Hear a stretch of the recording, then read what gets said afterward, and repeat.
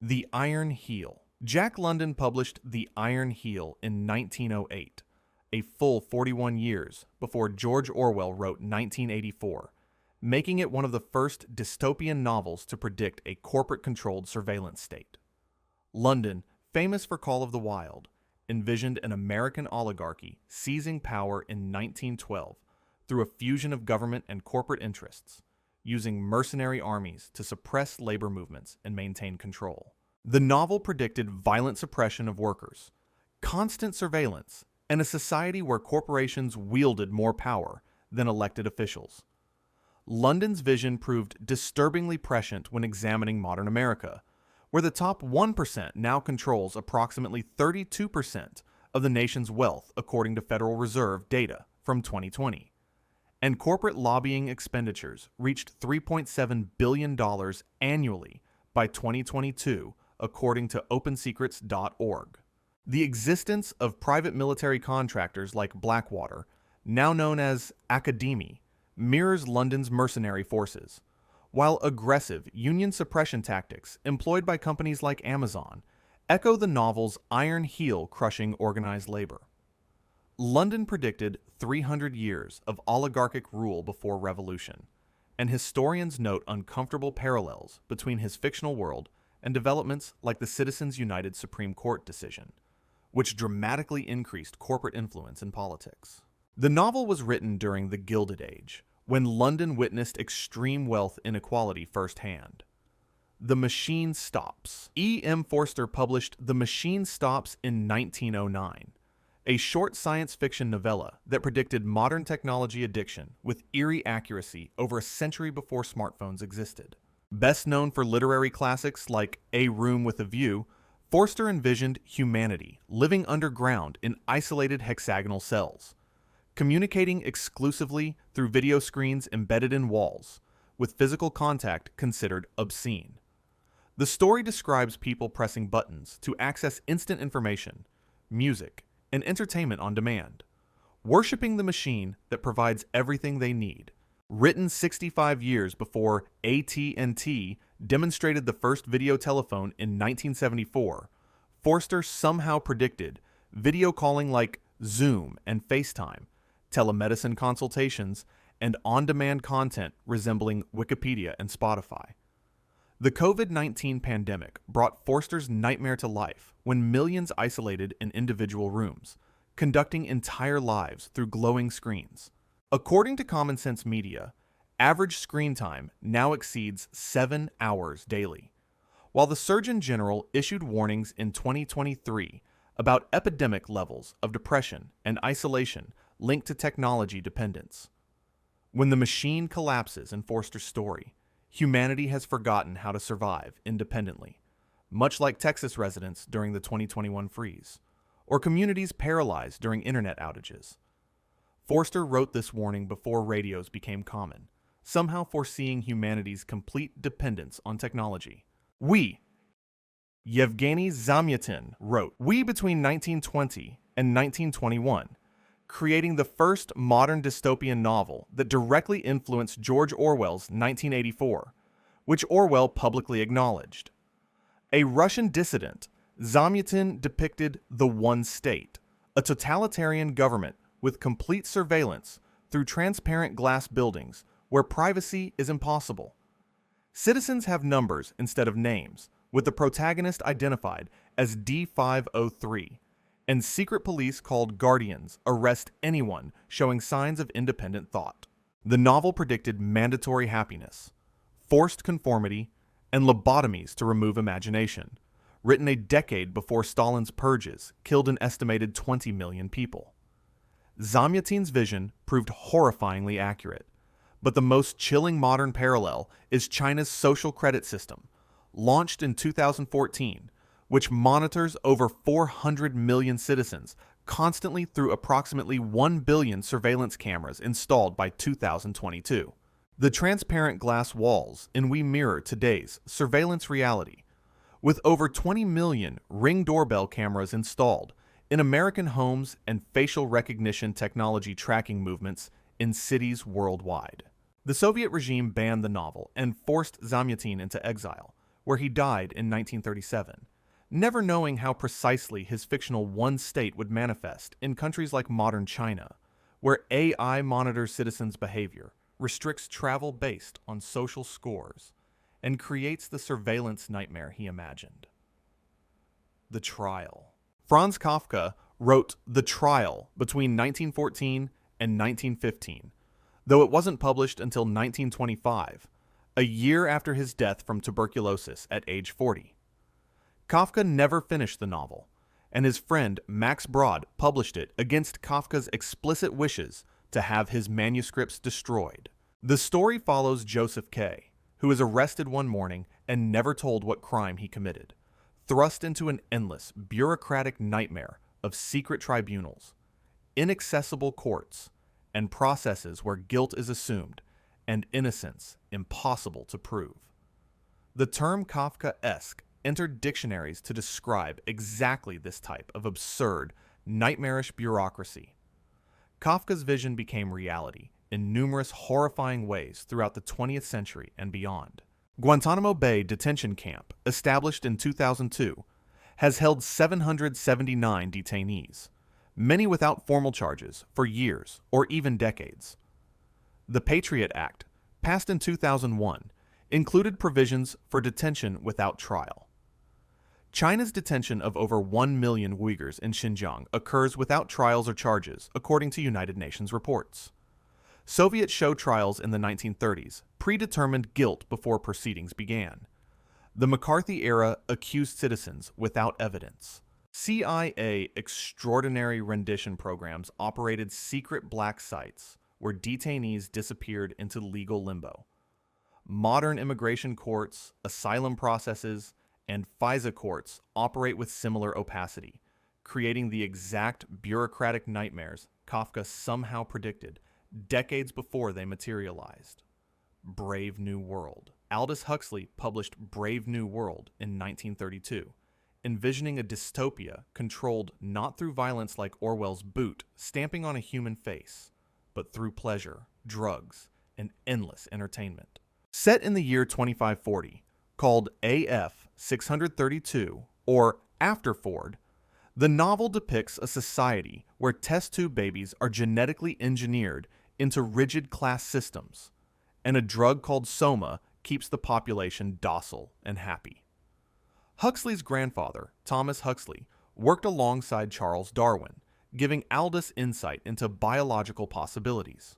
The novel predicted developments with unsettling accuracy. Louise Brown became the first IVF baby in 1978, 46 years after the book's publication, and over 2 million IVF babies have since been born worldwide. In 2018, Chinese scientist He Jiankui used CRISPR technology to edit human embryos, creating the first gene-edited babies. Huxley's Soma mirrors modern antidepressants, with 13% of Americans taking them according to 2023 CDC data, creating an $18 billion annual pharmaceutical market. His feelies predicted virtual reality through devices like Oculus. The novel depicted consumerism as religion, with people worshiping Ford instead of God, while modern society experiences Black Friday stampedes and brand worship. Average screen time exceeds 10 hours daily, matching Huxley's vision of entertainment as social control. Huxley proved more prescient than Orwell about how democracies fall, through pleasure and distraction rather than terror. It Can't Happen Here. Sinclair Lewis published It Can't Happen. Here in 1935, the same year Nazi Germany enacted the Nuremberg Laws, making him the first American novelist to seriously explore how fascism could emerge domestically. Lewis, who won the Nobel Prize in Literature in 1930, created the character Buzz Windrip, a populist demagogue who wins the presidency by promising to restore traditional values and make America great again. Windrip uses media manipulation, scapegoats minorities, and creates a paramilitary force called the Minutemen to suppress dissidents. He suspends the Constitution, establishes concentration camps, and transforms democracy into dictatorship gradually, showing Americans how it could happen here. The novel's sales surged 9,000% during the 2016 election, as readers noted uncomfortable parallels. The January 6, 2021 Capitol insurrection demonstrated how democratic norms could be violently challenged. According to the Southern Poverty Law Center, over 1,000 militia groups actively operate in America as of 2023. Some, like the Proud Boys and Oath Keepers, involved in organizing the Capitol attack. The FBI thwarted a 2020 plot by militia members to kidnap Michigan's governor. Lewis understood how economic anxiety could be exploited by demagogues who promise simple solutions while undermining democratic institutions. Historians continue debating the novel's relevance, but Lewis's warning that fascism could wrap itself in the American flag while carrying a cross remains chillingly relevant nearly 90 years later. Animal Farm. George Orwell published Animal Farm in August 1945, just as World War II ended, though multiple publishers initially rejected the allegorical novella for being too critical of Stalin, Britain's wartime ally. Orwell, whose real name was Eric Blair, wrote the story of farm animals overthrowing their human farmer, only to have the pigs become new oppressors, perfectly capturing how the Russian Revolution betrayed its ideals. The novel's most famous line, "All animals are equal, but some animals are more equal than others," describes the corruption that followed revolution. Napoleon the pig represents Stalin, while Snowball represents Trotsky, who Soviet authorities literally erased from encyclopedias and photographs after his exile. Stalin's purges killed an estimated 20 million people between the 1930s and 1950s, according to historians' consensus. The novel predicted how revolutionary governments rewrite history, use propaganda through repeated slogans, and create scapegoats to maintain power. The Soviet Union banned the book until 1989. Modern parallels emerged in North Korea's Kim dynasty, where everyone is supposedly equal while the ruling family lives in luxury, and China's Cultural Revolution from 1966 to 1976 followed similar patterns of betrayal. China continues scrubbing history, banning discussion of the 1989 Tiananmen Square massacre. Venezuela's Bolivarian Revolution showed similar trajectory, from equality promises to dictatorship. Orwell died in January 1950, 7 months after publication, with Soviet archives later confirming his accuracy. 1984. George Orwell published 1984 on June 8, 1949, dying just 7 months later in January 1950 from tuberculosis, never knowing his novel would become the defining dystopian work of the 20th century. He wrote it in 1948, simply reversing the final digits for his title, creating the story of Winston Smith living under Big Brother's totalitarian regime in Airstrip 1, formerly Britain.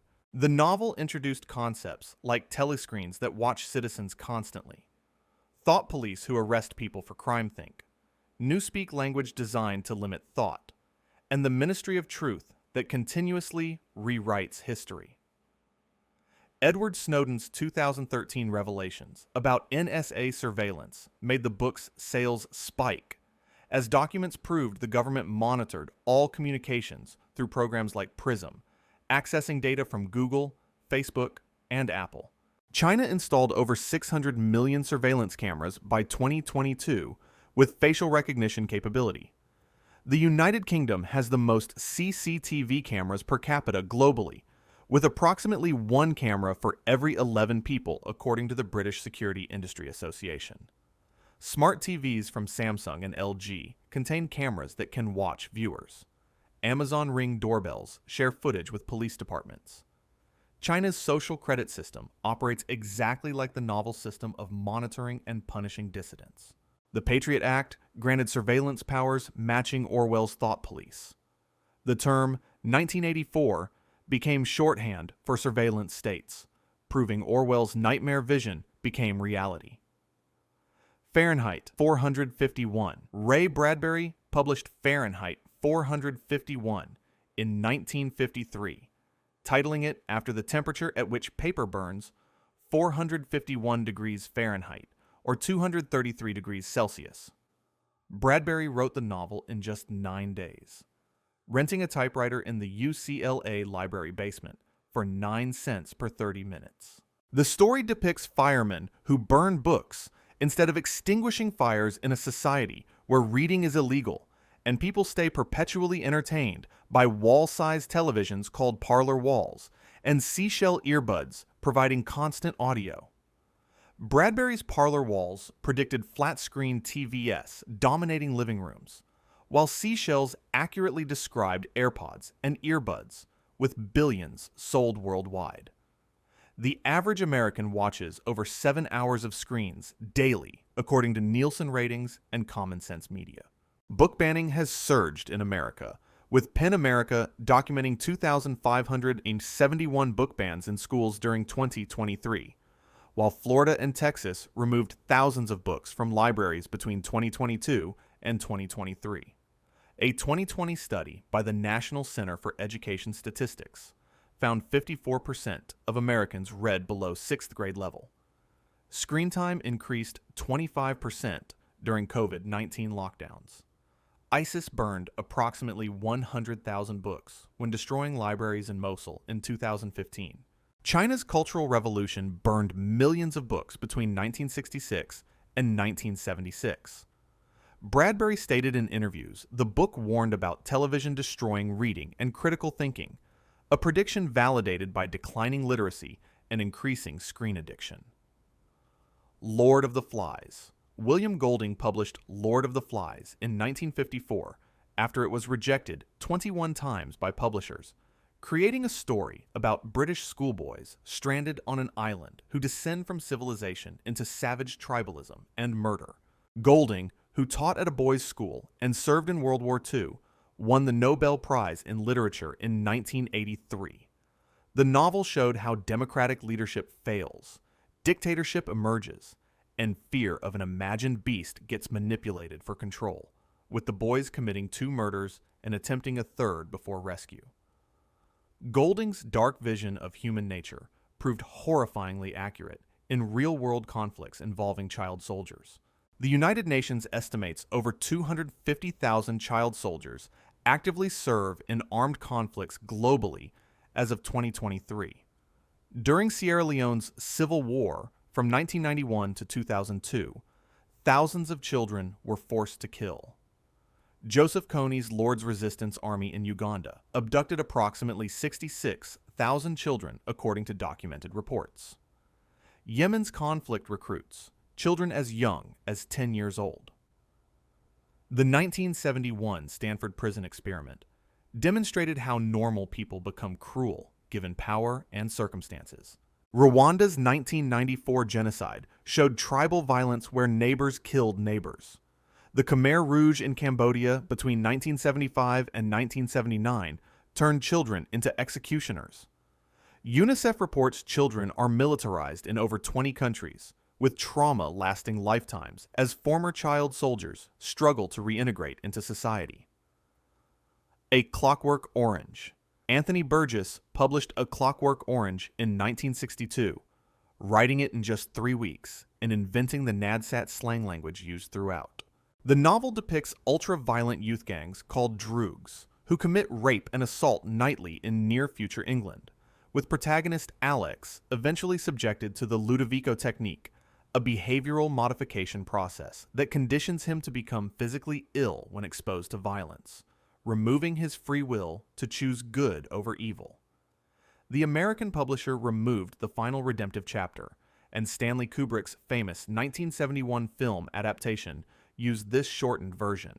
Youth gang violence has increased dramatically in ways Burgess predicted, with London experiencing a 50% increase in knife crime between 2010 and 2020, according to Metropolitan Police statistics. The FBI estimates 1.4 million gang members operate in America as of 2022. Stockholm experienced an epidemic of gang shootings in 2023, with the youngest offender just 11 years old. Behavioral modification techniques. Burgess imagined became real through CIA's MK Ultra program from 1953 to 1973. declassified documents from Senate hearings in 1977 revealing mind control experiments. Aversion therapy is used in prisons and psychiatric facilities. 10 states practice chemical castration on sex offenders. China's Xinjiang detention camps reportedly use behavioral conditioning on over 1 million detainees, according to United Nations and Human Rights Watch reports, raising ethical questions about forced compliance versus free will.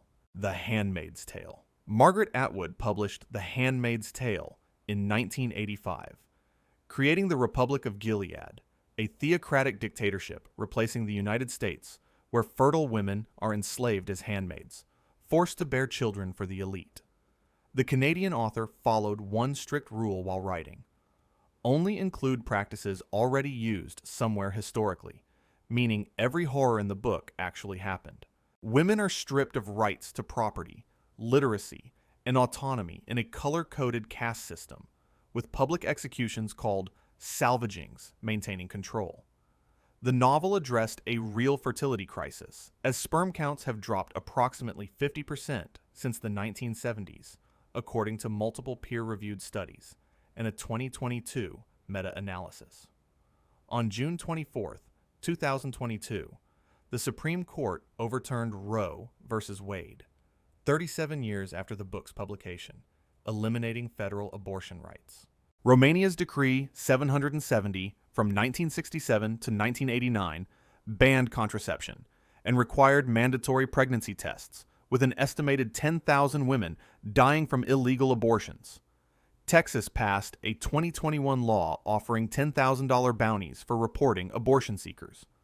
When the Taliban seized Afghanistan in August 2021, women were immediately banned from education and work, according to United Nations reports. Red handmade robes became protest symbols worldwide, with book sales surging 670% after the 2016 election. Poland implemented near-total abortion bans in 2021. Atwood stated in interviews she didn't predict the future. She remembered the past, as theocracies in Iran, Saudi Arabia, and Afghanistan demonstrate her fictional Gilead isn't fiction everywhere. If you want to see more, click the video on screen now.